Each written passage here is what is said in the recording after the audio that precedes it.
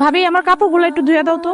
তোমার কাপড় আমি ধুইতে যাবো কেন তুলি? তুমি নিজের কাপড় নিজে ধুইতে পারো না? ভাবি আমার দুইটা কাপড় ধুয়ে দিলে তোমার কি এমন হইব? নাকি ভাইজান তোমার নিজে গিয়ে নিয়ে আসছে বললে দেমাকে তোমার মাটিতে পা পড়তেছে না? এখানে তুমি দেমাগের কি দেখলা তুলি? তুমি যখন শ্বশুর বাড়িতে ছিলা তখন তো নিজের কাম নিজেই করতা, কিন্তু বাপের বাড়িতে আসার পর থেকে আমি তোমারে দেখতেছি তুমি কোনো কামে হাতই দাও না। আমি তোমার কোনো কাপড় ধুইতে পারবো না। ধুইতে পারবো না করলে তো হইব না। এই বাড়িতে থাকতে হইলে তোমারই সব করতে হইব। কাপড়গুলা দিতেছি, ধুইয়া রাখো। আর আমার সংসার আমি কি করছি না করছি এই হিসাব তো আমি তোমারে দিব না। কাপড়গুলা যদি না ধো না, ভাইজানরে কইয়া তোমার আমি আবার বাপের বাড়ি পাঠাই দিব। কি কইলা তুমি? হ্যাঁ, তুমি আমারে বাপের বাড়িতে পাঠা দেওয়ার হুমকি দাও? তুমি নিজেই তো বাপের বাড়িতে পড়ে আছো, তুমি আমারে কি পাঠাই দিবা? তুমি আমার এত বড় খোটা দিলা। ভাবি এর বিচার যদি আমি না করছি না, আমার নামও তুলি না। তুমি কি ভাবছো ভাইজানরে তো নিজের আসলে বাইন্ধা নিছো, এর জন্য তুমি যা ইচ্ছা তাই করবা। জামাইরে নিজের হাতের মুঠায় নিয়ে নিছো একদম। বেয়াদব মাইয়া কথা করো, ভাবির লগে কেমনে কথা কইতে হয় সেই জিনিস শিখো নাই? ভাবি তুমি আমার গায়ে হাত তুললা। ভাবি এর বিচার যদি আমি না করছি না, মা ভাইজান কই তোমরা? মা কিসে? হ্যাঁ কি চিল্লাইতেছস কেন? এখন তো শুধু চিল্লাইতাছি। এর বিচার যদি তুমি না করছো না মা, আমি কিন্তু এই বাড়ি ছেড়ে চলে যাব। তোমার ছেলের বউ আমার গায়ে হাত তুলছে। তোমার এত বড় সাহস, তুমি আমার আব্বার গায়ে হাত তুলছো? আজকে আজকে তোমার খাপড়ে দুপে গালে তাল দেবো। যাদব, এইটা তুই কি করলি? কি করলাম দেখো নাই মা? ওর কত বড় সাহস, বড় বইনের মতো ভাবির গায়ে হাত তুলতে যায়। ও তো হাত ভাঙিয়ে দেওয়া উচিত ছিল। ওর হাত ভাঙবি? তোর তো উচিত তোর বউয়ের হাত ভাঙা। তোর বউ তুলি রে মাসে, আমার পোলার গায়ে কেন তুই হাত দিবি? আমার বউ যদি আমার বোনের গায়ে হাত তুলে থাকে, আমি আছি আমারও কও, তাই বলে আমার ছোট ভাই আমার বোর গায়ে হাত তুলতে যাবো? এটা আমি চাইছি? দেখুন, আমি ভাবির গায়ে হাত তুলতে গেছি, তুমি ওইটা ঠিকই দেখলা, কিন্তু ভাবি যে আমার বোনের গায়ে হাত তুলছে, বোনের থাপ্পড় দিছে, ওইটা তো তুমি একবারও দেখলা না। আমি ওরে গেছি আমারে বিচার দিতি, আমি দেখতাম, তাই বলে তুই কেন আমার বোর গায়ে হাত তুলতে যাস? দেখছো মা, ভাইজান নিজের বউয়ের দোষটা দেখলো না।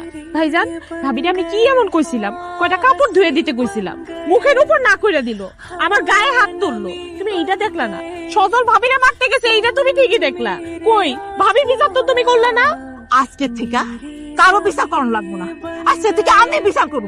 আমি আমার পোলাপাই লই আলাদা হয়ে যাবো। থাক তুই তোর বউরে লইয়া, আজকে থেকে আমার কোনো পোলা নাই। আরে কি কইতেছো মা? তুমি তুমি ভুল বুঝতেছো। আমি ওইরকম কিছু কইতেছি না যে একেবারে এরকম সিদ্ধান্ত নিতে হবে তোমার। তোর কথা আমি বুঝা ফেলাইছি, আমার আর কিছু বুঝনের বাকি নাই। আজকে তুই ভাইয়ের গায়ে হাত তুলছো, কালকে যে আমার গায়ে হাত তুলবি না। আমি আর এখানে থাকুম না। আমার মান সম্মান থাকতে থাকতে আমার দুই পোলাপান লই আমি আলাদা হয়ে যাবো। থাক তুই তোর বউরে লই, বউয়ের গোলাম হয়ে থাক। আয় আয়, আজকে থেকে তোরা মনে কর যে তোর কোনো ভাই নাই। আয়, আয় তোরে, আয়।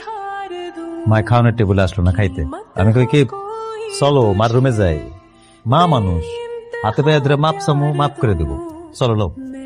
আমি মায়ের কাছে মাফ চাইতে যাবো কেন? আমি কি কোনো ভুল করছি? হ্যাঁ, তোমার যদি এত ইচ্ছা করে তুমি যাই মাফ চাও। কি উল্টা পাল্টা কথা কইতেছো? মা কি কইছে শুনো নাই? হ্যাঁ আচ্ছা তুমি কি চাও মাঝে কইছে আলাদা হয়ে যেতে, আমরা আলাদা হয়ে যাই?